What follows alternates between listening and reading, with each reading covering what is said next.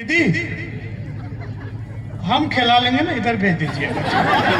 ये तीन कभी खाली बैठे हैं तब तक खिला दें। क्या करें, कुछ ना कुछ काम करना थोड़ी देर सुन लीजिए।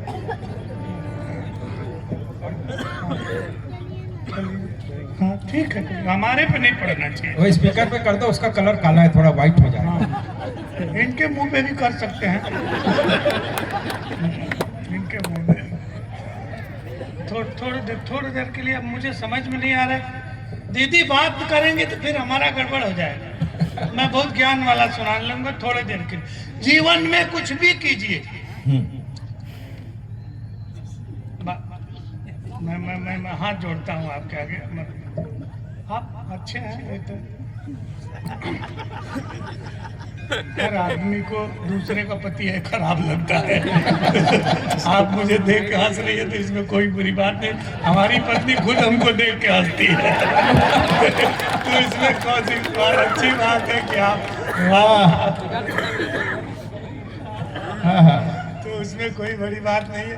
मैं बता रहा हूँ, आप जीवन में चाहे कुछ भी कीजिए, कभी भी किसी नारी का अपमान मत कीजिए, कभी नारी को उपहास का हास का विषय मत बनाइए। पत्नी चाहे आपकी अपनी हो और चाहे दूसरे की, हमेशा सम्मान की दृष्टि से देखा। हमने यही किया है, जीवन भर अपनी पत्नी हो या दूसरे की पत्नी हो, हमेशा हाथ जोड़ते रहे हैं, कभी गलत दृष्टि से देखा ही नहीं। अपमान करने की तो कोई मतलब, मजाक करने की तो छोड़ ही दीजिए। गलती से भी आप किसी नारी का मजाक करने की या अपमान करने की कोशिश की है आपने, और नारी अपने आप पे आ गई, तो आप चाहे कितना हो महान होंगे, एक सेकंड में आपका पूरा सम्मान खतरे में पड़ जाएगा। कोरोना काल में हम कभी सपने में नहीं सोचे थे कि हिंदुस्तान अखबार हमको बुलाएगा, इतनी भीड़ होगी, हम मंत्री जी और माननीय विधायक जी, आईजी साहब के सामने कुछ सुना पाएंगे। कल्पना ही नहीं किए थे। ऐसी महामारी लगता था कि आज जीवित है, कल मर जाएंगे।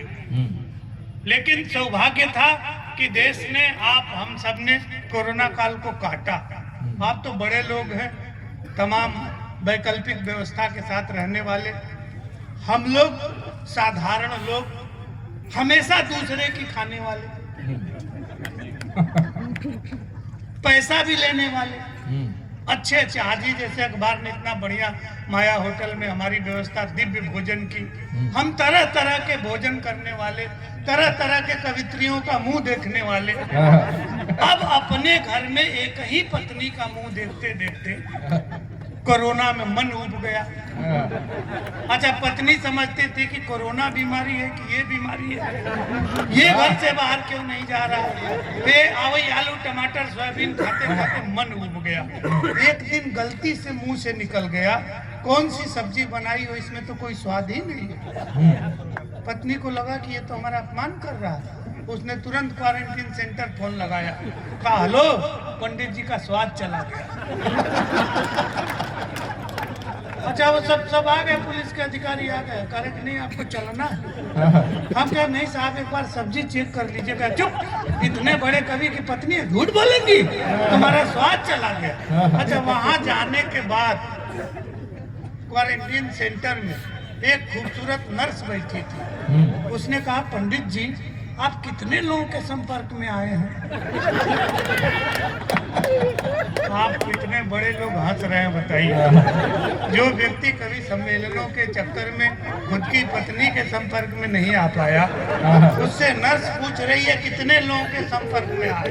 और इतनी विकट स्थिति होने पर यहाँ से हाथ पैदा किया, हमने कहा संपर्क में आए हैं, साली के संपर्क में आए हैं, साले के संपर्क में आए हैं, पत्नी के संपर्क में आए हैं, ससुर के संपर्क में आए हैं, सास के संपर्क में आए हैं। एक ही क्वारंटीन सेंटर में 14 दिनों तक पूरे खानदान को क्वारंटीन कराने वाले का नाम है अनिल चौबे। थोड़ी सी बजानी चाहिए।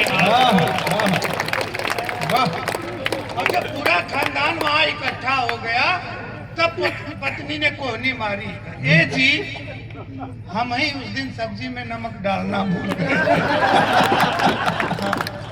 सब होने के बाद इसलिए कभी भी नारी का अपमान नहीं कीजिएगा।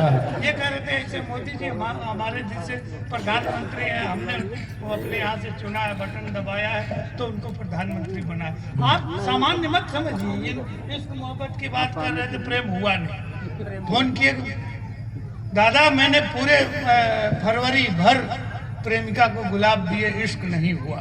मैंने कहा फरवरी बीत गया, मार्च में 1 सिलेंडर दे के देखो। क्या बात है। ये क्यों इधर से बार बार आ जा रहे हैं? हम थोड़ा सा मेहनत कर रहे हैं, आप हमको हटा के बैठेंगे।